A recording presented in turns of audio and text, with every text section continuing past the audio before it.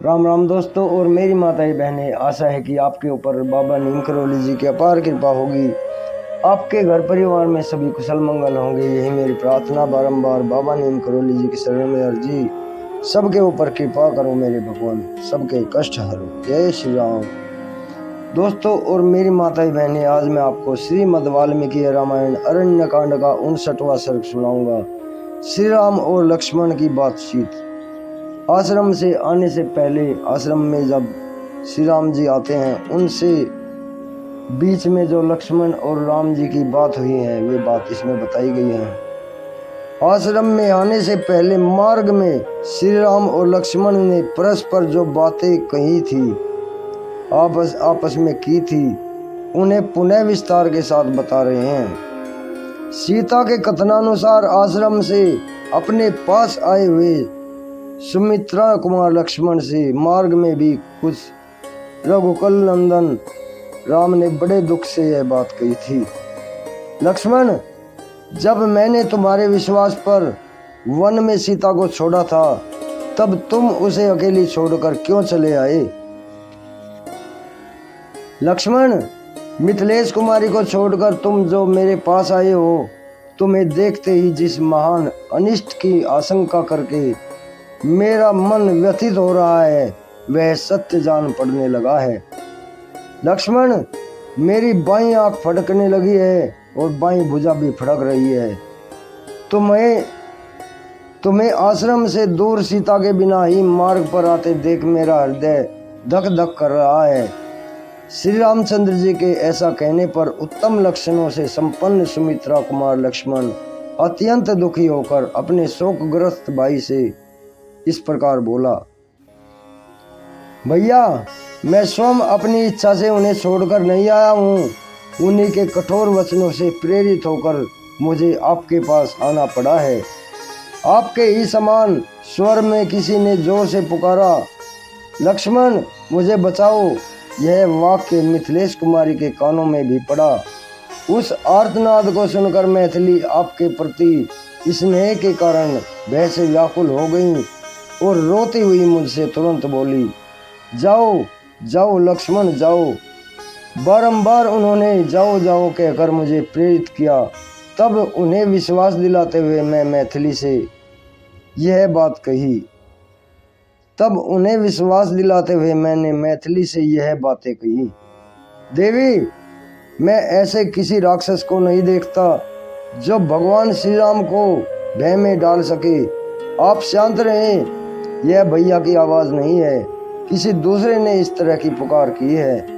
सीते, जो देवताओं की भी रक्षा कर सकते हैं, वे मेरे बड़े भाई मुझे बचाओ ऐसा निंदित कार्यतापूर्ण वचन कैसे कहेंगे? किसी दूसरे ने किसी बुरे उद्देश्य से मेरे भैया के स्वर की नकल करके लक्ष्मण मुझे बचाओ यह बात जोर से कही है। शोभने उस राक्षस ने ही भय के कारण मुझे बचाओ यह बात मुंह से निकाली है। आपको व्यथित नहीं होना चाहिए। ऐसी व्यथा को नीच श्रेणी की स्त्रियां ही अपने मन में स्थान देती हैं। तुम व्याकुल मत हो, स्वस्थ हो जाओ, चिंता मत करो। तीनों लोकों में ऐसा कोई पुरुष ना तो है और ना ही हो रहा है और ना ही होगा जो युद्ध में श्री रघुनाथ जी को परास्त कर सके। संग्राम में इंद्र आदि देवता भी श्री राम को नहीं जीत सकते। मेरा ऐसा कहने पर विदेह कुमारी की चेतना मोह से आच्छन्न हो गई। वे आंसू बहाती हुई मुझसे अत्यंत कठोर वचन में बोली, लक्ष्मण, तेरे मन में मेरे लिए अत्यंत पापपूर्ण भाव भरा है, तो अपने भाई के मरने पर मुझे प्राप्त करना चाहता है, परंतु मुझे नहीं पा सकेगा। तो भरत के इशारे से अपने स्वार्थ के लिए श्री रामचंद्र जी के पीछे आया है, तभी तो वे जोर जोर से चिल्ला रहे हैं और तू उनके पास जाता तक नहीं। तो अपने भाई का छिपा हुआ शत्रु है, मेरे लिए ही श्री राम का अनुसरण करता है और श्री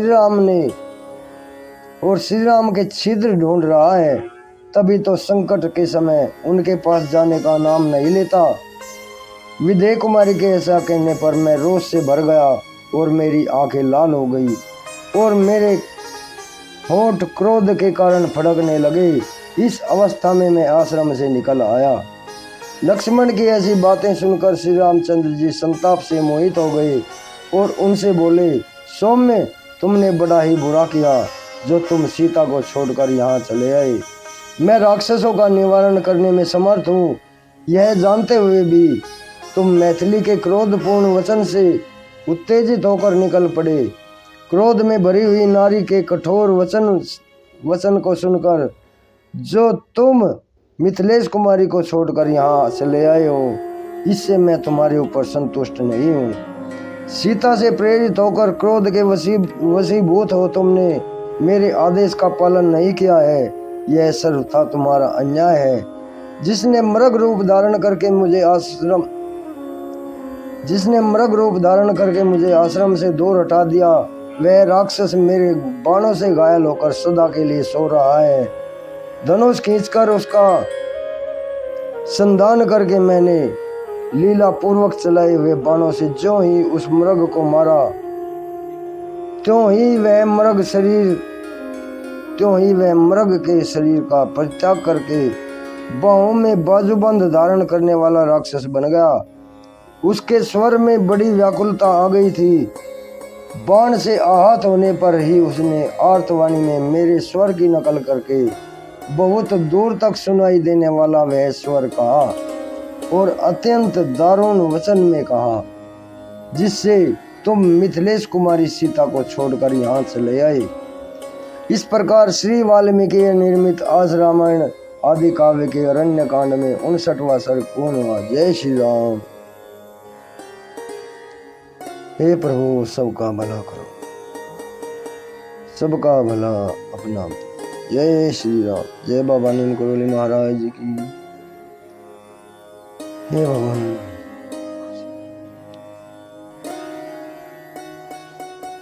दोस्तों और मेरी माताएं बहनें, आज ये श्रीमद् वाल्मीकि रामायण अरण्य कांड का 59वां सर्ग पूर्ण हुआ है। कल मैं आपको इसका 60वां सर्ग सुनाऊंगा।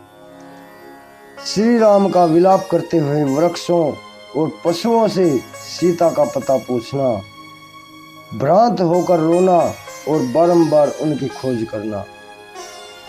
कल भी इस पाठ को पूरा सुने मेरे भाई, मेरी माताएं बहनें, और चैनल से जुड़े रहें ताकि आपके ऊपर बाबा नीम करोली जी की अपार कृपा बरसती रहे।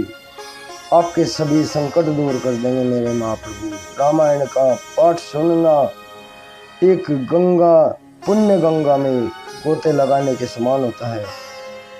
जय राम जी, जय श्री राम।